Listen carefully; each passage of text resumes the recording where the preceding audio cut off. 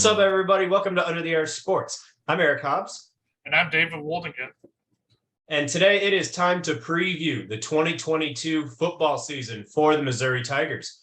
Before we get into that, make sure you subscribe to our YouTube channel and find us on Facebook, Instagram, and on Twitter. Right. So first key takeaway here. Football's back, David.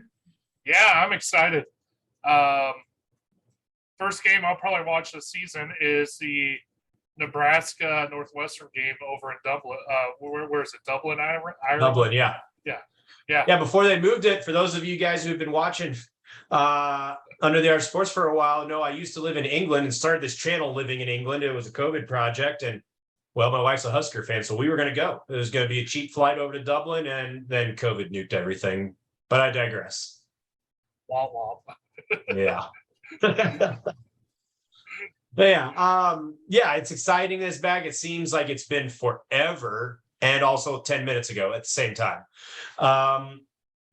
The first thing that I think we're going to talk about, David, is expectations for the team. I think that this team's absolute ceiling of everything goes well, pie in the sky, could not dream of anything else, 9-3.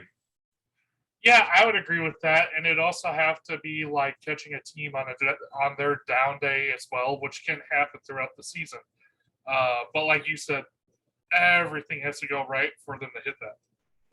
Yeah, I think the reasonable expectation is anywhere from 5-7 to 7-5. Somewhere in there is where, if I were a betting man, I would put a lot of money in that range, especially compared to 8-4, 9-3, anything else.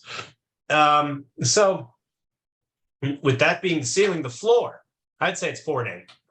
That's if the wheels fall off and guys just don't perform and everything just goes wrong. Yeah, and yeah, I mean, there's not much to say about that. If you're 4-8, that means you're winning just the cupcake games that you're supposed to have on your schedule, and that's it. Shoot, it might even have an upset somewhere, and then you lose to one of those cupcake teams, and it's just going to be ugly. I don't want to see it, honestly. I hope we don't see it. Yeah, if we're talking about Mizzou being 4-8 at the end of the season, I think we're also wondering if Coach Drink has a job at the end of this season. What has to happen for a successful season? David, from what would you say is Mizzou has a chance at 7-8, maybe even that 9-win mark if? I think the biggest thing, and I personally want to see it, I know Drinks commented on it after last season, is he needs to open up his playbook. If Brady Cook is going to play like I think he can, we can't have those little 5-yard dump plays constantly. Drink needs to be able to open up the playbook and take shots downfield and mix things up more. He was very conservative last year. Now that he has a quarterback who's healthy and has been with the system for a little bit, I expect to see the playbook open up, and I expect to see a little bit different style offense than we saw last year. And let Luther Burden go to work, right? Yeah, exactly. Yeah. And so for me, this season is a success if the front seven, if they perform in terms of run defense like they did last year's second half of the season instead of the first half. First half, they were the worst in Power 5, among the worst in the entire country. Second half of the season, they were pretty good, really. If they have a pretty good run defense, I think that goes a long way towards this team exceeding a lot of people's expectations. Conversely, this season is closer to being a train wreck. We're talking, struggling to maybe not even get bowl eligibility. For me, that's going to happen if the corners don't perform. That is, looking at the secondary, you feel pretty decent about your safeties, but you don't feel so great about corner. And if Rakestraw was injured most of last season, and then you're talking about Chris Abrams-Drain probably guarding each team's number one receiver. They have to hold their own. Otherwise, it doesn't matter if if the front seven is doing their job, because then the other team can just throw to number one receiver all day long and nothing else really matters, right? So they've got to be able to just hang in there at corner. Yeah, now for things to fall off the rails on my side, I'm looking at our running game. We lost Tyler Beatty. In camp, we have had a couple of injuries that have set some of our expected running backs back a little bit. So I'm looking at, can Mizzou get the running game going? If they can't, it could be very detrimental, because now you're talking about Drink having to do those constant 5-yard pass plays, and you're solely relying on Brady Cook and a young receiver core, let's face it, with Luther Burden and some of those other guys who don't have a whole lot of experience to carry the offense, and you just become one-dimensional. Plus, you can't kill the clock that way. You just need a solid running game. So until they can show me that they can get some semblance of a running game, and I'm talking, you're probably looking at a 3-back system this year, just because we don't have one standalone starting running back. Between that and the offensive lining, opening up the holes, you have to have a solid running game in order to produce a solid offense, in my opinion. Yeah, no disagreement here. Moving on to game by game predictions, preseason predictions. We're not going to go with every single game. We're going to first, let's take Georgia. No further analysis needed than this. Missouri has to play their A+++ game. Georgia has to play a C game or worse. And I would argue Missouri has to win the turnover battle by at least 2. That's the only way Missouri can win against Georgia. Any argument there? Not at all. I give them a 1% chance, if that, to win that game. Yeah, right. So, flip side. There's 4 games where if Missouri loses, all bets are off for how big of a disaster this season could become. Those games: the opener, Louisiana Tech. Third game, September 17th, Abilene Christian at the FCS level. Then you're talking October 22nd, home against Vandy. And then finally, the second to last game of the season, you're talking November 19th, New Mexico State. All 4 of those, Missouri is just better. The other teams are truly terrible. And a loss in any of those, all bets are off. Yeah, Anything to add? Again, 100% agree with all that. Yeah, right. So now, getting rid of those 5, that leaves 7 games that will truly determine how Missouri's season goes. The first one of those is September 10th at Kansas State, the second game of the season. David, what are your thoughts on this game? A quick thought and a pick. It's going to be tough. You're going to a sold-out Manhattan stadium. I mean, Mizzou's had many nightmare games there. To be honest, with a young quarterback, I'm not going to say fresh, because he has played in some games, and basically a whole new working offense and defense. I am going to call this a close game, though, but I am calling this one a loss. Yeah, so for me, I'm kind of torn between the Kansas State game at Auburn, which we'll talk about in a second. Even though I think Kansas State's a better team than Auburn, I think this is the more winnable game. That's just kind of a gut feeling. I kind of agree that it'll be close.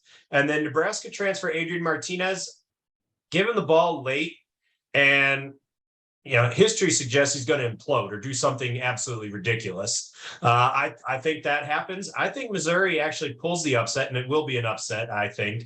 Missouri will pull that one off. Moving on to that Auburn game I just mentioned. I personally think that Auburn's not as good as Kansas State, but I think this is going to be a harder game. I just get that feeling. I think Missouri, having never been to Auburn since joining the SEC. They've played them twice, once in the SEC championship game in Atlanta, once in Columbia. I think if this one goes the same way as those two, I think as big of a mess as Auburn is, I think they find a way, and the Orange and Blue Tigers get this one done. And interestingly enough, I disagree with that. I think because you never know what you get with Auburn. One year they're the worst team in the league, and the next they're winning the national championship. Year to year, game by game. Yeah, exactly. I agree with you that I don't think they're as talented as Kansas State, and I feel like their coach is on a hot seat. The fans are angry at their coach. Depending on what happens in the first 3 games, you could see a big implosion down in Auburn. I am actually thinking Mizzou might steal one down there this year. All right. So we're in those 2 early swing games, both 1-1. We're keeping track of our own wins on our own here because we haven't arrived at a final prediction yet. So we're finding this out as we go, same as you guys are watching this. The next swing game, October 8th at Florida. I don't like it. Don't ask me why. It's more of a vibe than anything else. Billy Napier down in Florida first year. I think about halfway through the season, they're starting to figure things out. I think Florida gets the win. For me, honestly, I agree with you on this one. I'm in the same boat. I don't like this game at all either, and I'm actually calling the same thing a loss for Mizzou on that one. Right. So following that one up, what is that? 1, 2, 3 weeks later, down in the other Columbia for the Mayor's Cup, South Carolina, on the road. What say you, David? Look, this game has always been a battle, no matter where it's been played. And I expect it's not going to be any different this year. However, I do think Mizzou's going to come out on top in this one, and I'm calling that one a win. Yeah, I'm not so sure I disagree. I think this is the coin flippiest game on the schedule, to invent a new term. Yeah, I mean, so much of the hype is about Spencer Radler transferring from Oklahoma down there. Well, he transferred because he lost his job.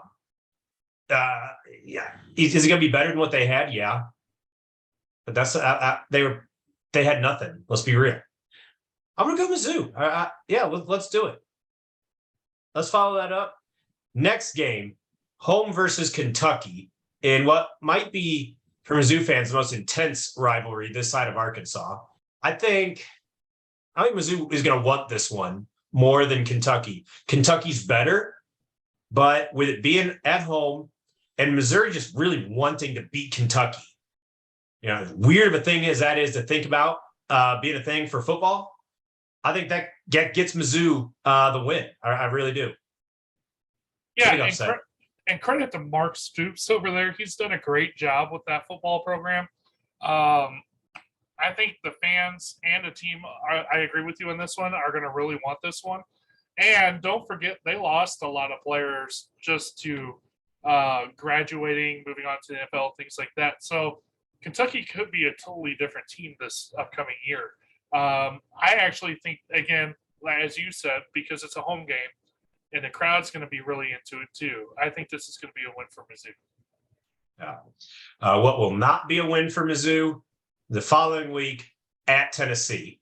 Coming off what I have being 2 hard-fought emotional wins, frankly, I think Mizzou's going to go down to Knoxville and get housed. Yeah, they had an issue with that the last couple of years. In all honesty, it depends on our defense in this game. Can they get any pressure on the quarterback, and how well can our secondary cover? We got really burned the last couple of years in the passing side of things. Hendon Hooker, he's no joke down there. Yeah, specifically. I agree with you on this one. I think we're going to lose that game as well this year. I think it's a blowout. I think it's 20 points or more. Yeah, well, I mean, who knows how the season's going to play out, but I do think it's going to be a loss. And finally, our last game here to talk about is against Arkansas in Columbia. David, what do you think? Again, this is going to be a tough one with Barry Odom running that defense. I mean, they got a stout defense, a stout team going over there. The recruiting has been really good, so I expect their offense to cause all kinds of troubles too. I think this is going to be a loss, but it's going to be another really close game, in my opinion. Missouri has not lost to Arkansas at home since this rivalry became an annual thing. Really, I didn't realize that. So I'm just going to roll with that history. Arkansas is more talented team, more complete team. Doesn't matter. Rivalry game. You know, I think Missouri was pissed off about. They're going to be pissed about losing to Arkansas last year. I think they get it done. So I agree. Close game, like you said, but I think Mizzou gets it done. So taking a look at my game by game pick, I just surprised myself. Apparently, I'm picking Missouri 8-4. That I would not have picked that. Just a blanket prediction, but in a game by game thing, as I think about it, I think emotion, location of certain games, and this is Missouri's harder year in terms of where games are at. More of the toss-up games are on the road. So if they actually hit this prediction 8-4, I think things are going to be going pretty well for Missouri, honestly, going forward.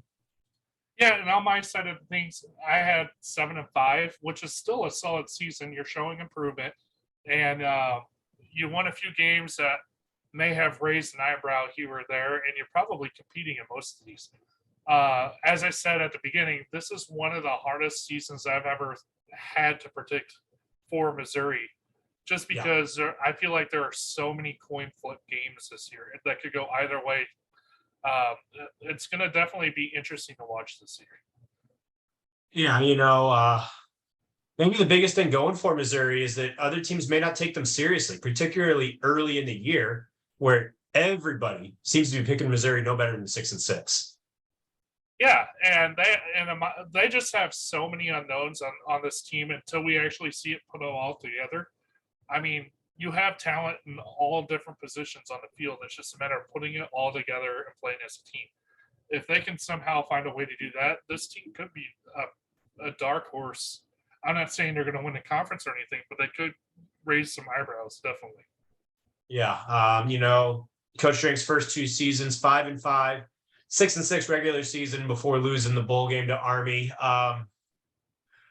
So yeah, either one of our predictions hitting would be definitive progress, even the 7-5. So that's really what I think Mizzou fans want to see is a step forward in terms of reestablishing Missouri as a team to be considered when you're talking about the SEC East. Not to mention, I think if you can show continued progress, you can make more gains on a recruiting ground and continue building the program. Absolutely. Anyway, that's all we have for Under the Arch Sports today. Keep an eye out as next week our prediction for each game and preview for each game are going to be coming out. So thank you for watching. Until next time.